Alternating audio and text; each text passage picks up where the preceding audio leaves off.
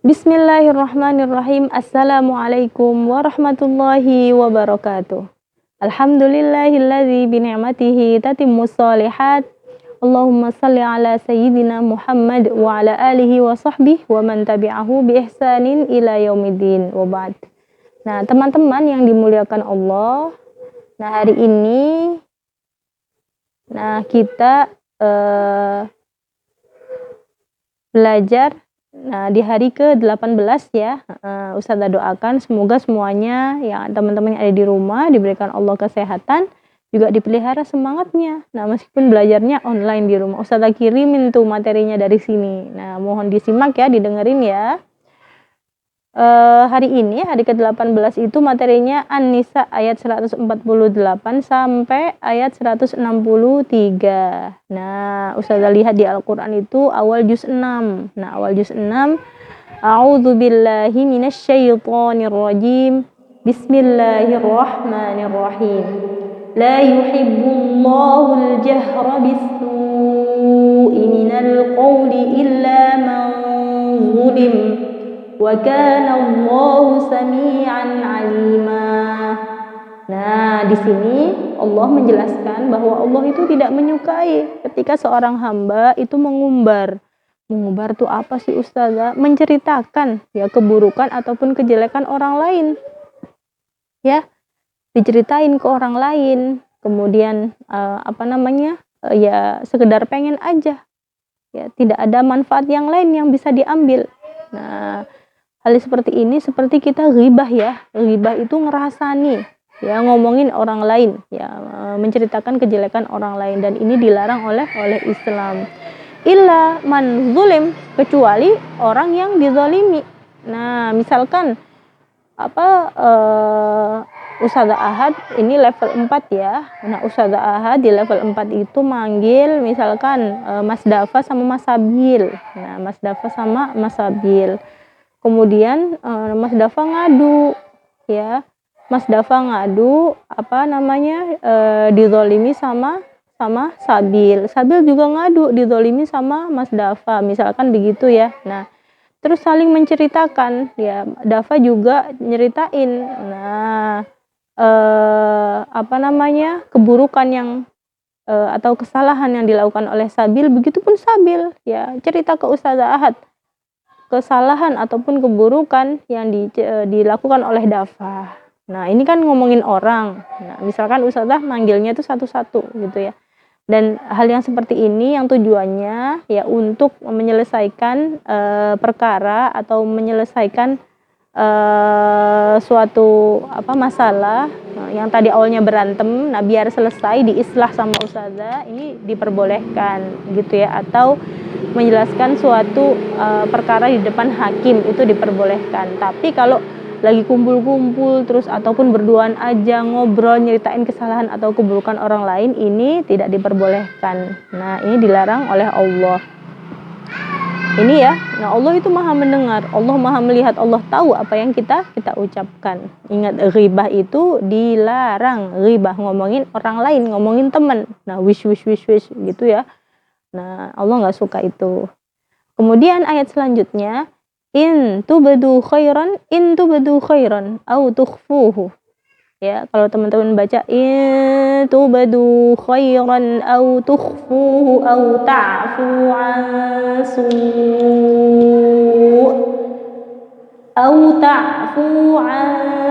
su'in fa innallaha kana 'afuwan qadira.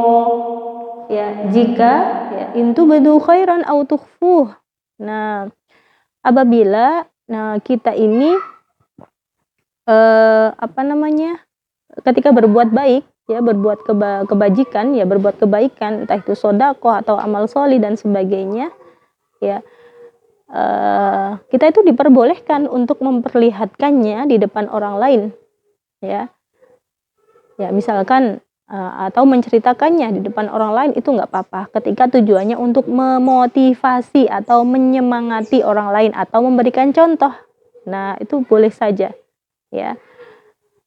Atau kita lebih memilih untuk menyembunyikannya atau kita ingin orang lain itu nggak ada yang tahu kalau kita itu sudah sedekah, kalau kita itu sudah beramal sholih, ya. Karena takut kalau misalkan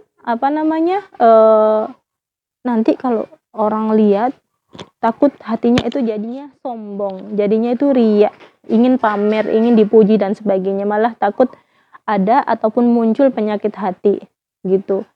Makanya yang seperti ini harus kita hindari. Nah, makanya kita ketika bersedekah atau amal sholih misalkan sembunyi-sembunyi, dan hal yang seperti ini juga lebih baik gitu. Makanya dua-duanya baik. Yang pertama ingin dilihat orang, kalau tujuannya itu memotivasi atau menyemangati atau memberikan contoh dan teladan, itu baik ya dalam Islam. Dan yang kedua, ingin sedekahnya atau amal sholihnya sembunyi-sembunyi, nggak dikasih tahu ke orang lain. Ketika hati kita takut, nanti malah takut pamer atau pengen dipuji dan sebagainya, itu juga lebih baik gitu. Jadi kalau kita niatannya karena suatu kebaikan dan punya alasan kenapa kita terang-terangan atau disembunyikan, ya maksudnya itu gak mau ketahuan orang lain, nah yang penting itu niatnya itu jelas. Nah, dua-duanya baik ya menurut Allah. Nah, kemudian au ta'fu ansu, ya, ketika kita memaafkan suatu kejelekan atau perbuatan jelek, perbuatan buruknya orang lain yang kita terima.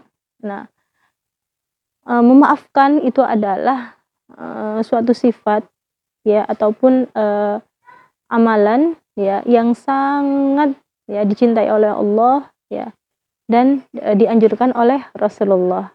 Nah, karena perbuatan ini adalah suatu perantara untuk takorrub ya, amal takorrub. Apa itu Ustazah amal takorrub? Suatu perbuatan yang bisa bikin kita itu, hati kita itu dekat, semakin dekat lagi sama Allah. Gitu, semakin sering kita memaafkan orang lain ya, teman-teman ya, ayo dibuka hatinya ya, dikasih tempat yang besar ya, ataupun dituliskan nama yang besar dalam hati kita ya. Contohnya namanya siapa tuh di level 4, Hafsah pemaaf, di dadanya dikasih nama seperti itu, dikasih stempel seperti itu ya. Contohnya siapa lagi di level 4, Syauki pemaaf. Nah, ataupun lagi di level 4 siapa, Ghaisan suka memaafkan ya. Jadi memang kita ya sadar bahwa kita ini pemaaf dan suka memaafkan, karena kita ingin ya semakin dekat dengan Allah Subhanahu wa taala. Nah, kemudian Ustazah di sini ingin menjelaskan atau menceritakan kembali tentang kisahnya Nabi Isa alaihi salam. Silahkan diperhatikan teman-teman ayat 158. Wa qaulihim inna qatalna al-masiha Isa bin Maryam Rasulullah. Nah, bahwa orang-orang Yahudi itu ya berkata, kami itu telah membunuh Isa ya. Telah membunuh Nabi Isa. Nah, tapi di Al-Qur'an ya Allah ceritakan wa ma qataluhu wa ma salabuhu walakin syubbiha lahum. Dan sungguhnya mereka itu ya tidak membunuh Nabi Isa ataupun tidak menyalibnya, tetapi yang dibunuh dan disalib itu adalah seorang yang diserupakan wajahnya dengan Nabi Isa. Nah, kalau Ustazah baca kitab tafsir itu kitab yang menjelaskan ya, isinya itu hadis-hadis ya yang menjelaskan tentang ayat ya, baik sababun nuzul dan sebagainya ya, dijelaskan di kitab tafsir tersebut. Nah, itu ada waktu itu di rumah ya Nabi Isa itu bersama Hawariyun. Hawariyun itu adalah orang-orang yang setia membantu dan menolong ataupun mengabdi kepada Nabi Isa. Nah, dan mereka mendengar ya bahwa rencana orang Yahudi ini yang akan membunuh Nabi Isa gitu. Maka Nabi Isa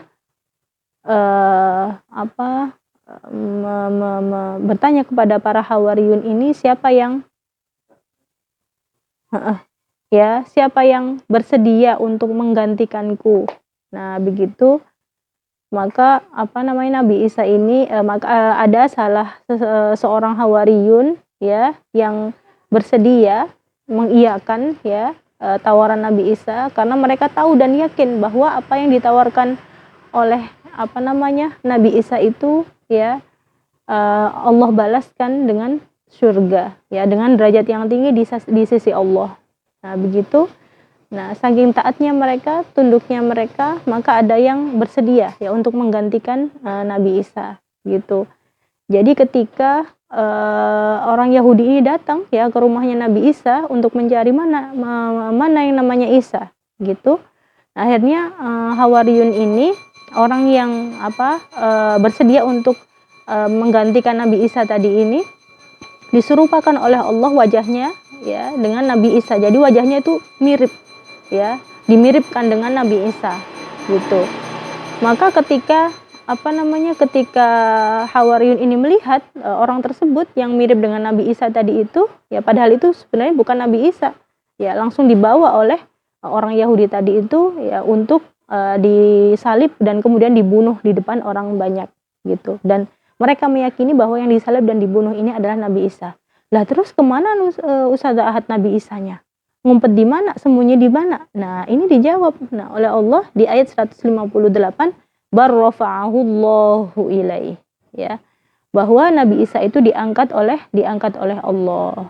Nah, di riwayat itu diceritakan bahwa Nabi Isa itu diangkat oleh Allah ke langit, dan sampai sekarang Nabi Isa itu masih ada, masih hidup. Nah, nanti mendekati hari akhir ya Nabi Isa alaihi salam itu Allah turunkan ya. Allah turunkan di akhir zaman. Ya. Dan semua orang Yahudi atau Nasrani akan mengimani Nabi Isa ya, nanti di akhir zaman. Dan ini adalah suatu keimanan ya, atau akidah yang harus kita yakini ya, bahwa Nabi Isa itu tidak dibunuh ataupun tidak disalib, bahwa Nabi Isa masih hidup ya sampai sekarang dan diangkat oleh Allah di langit, dan nanti akan Allah turunkan kembali ya di akhir zaman. Wallahu a'lam bishawab. Nah, itu materi Ustazah untuk hari ini yang perlu Ustazah tekankan ya, bahwa teman-teman di level 4 ini ya anak-anak hebat yang semuanya saling menyayangi dan kompak, alhamdulillah. Dan semoga ya bisa sabar, istiqomah, Allah antarkan sampai selesai hafalannya 30 juz ya. Hadanallahu wa iyyakum ya. Jazakumullah khairan ya untuk waktunya hari ini sudah menyimak ya materi dari Ustazah. Kita tutup dengan doa kafaratul majlis. Subhanakallahumma bihamdika asyhadu an la ilaha illa anta astaghfiruka wa atubu ilaik. Assalamualaikum warahmatullahi wabarakatuh.